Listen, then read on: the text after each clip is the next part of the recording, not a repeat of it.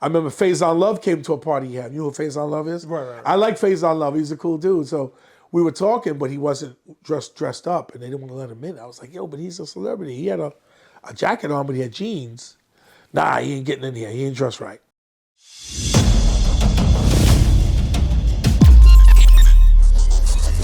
After it was all said and done, I believe Puff gave you like a champagne bottle or something? That was a wine bottle. That was like years ago. I might even still have that thing around here somewhere. I think, did he sign it?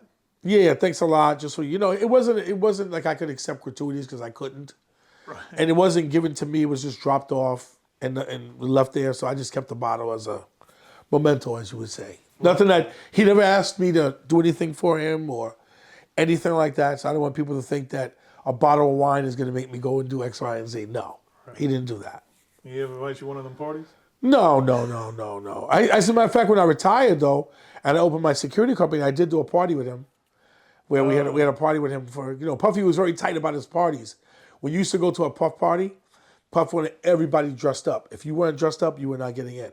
As a matter of fact, my partner Glenn and my partner AJ were almost going to go to blows over it because they didn't want to let the vice president, who wasn't in a suit, and they were mad about it. And I was like, okay, guys, we can't be fighting out here.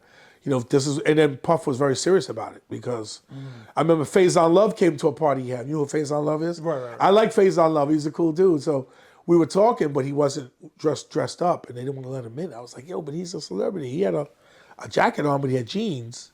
Nah, he ain't getting in here. He ain't dressed right. That's how Puff was. If he says, you got to wear all black, you got to wear all black.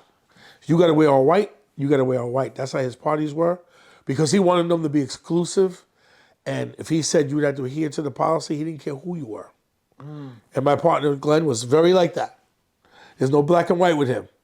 There's no gray areas. There's only black and white. He said no, and that's how it's going to be. He had the right guy at the door. You see anything crazy at these Puff parties? Well, you know what? The things you had to worry about is, some of these celebrities that came, some of these female rappers that had security with them. Because we had, I think there were some guys called the Horsemen out of Atlanta or somewhere. They were some big dudes. Mm-hmm. And I was like, oh, these dudes coming through that, you have to be very on point with because they were like, we're going to go in here, man. We're getting in here, And Puff was like, no. If they're not dressed right, they're not coming in, But back then we had a lot of security, a lot of police and everything else. So they knew what the deal was. It wasn't like people were just going to push their way in. I'm not saying just them, but nobody was going to push their way in like that to a party like that. But they were interesting because he did run some good parties back then. And we had some decent times with him back then after that. But the thing is, go ahead. But I haven't talked to Puff in years. I haven't seen him in years. It's a shame, like you say, he's going through all these things, but and the line of business that he's in, things are bound to happen, I guess.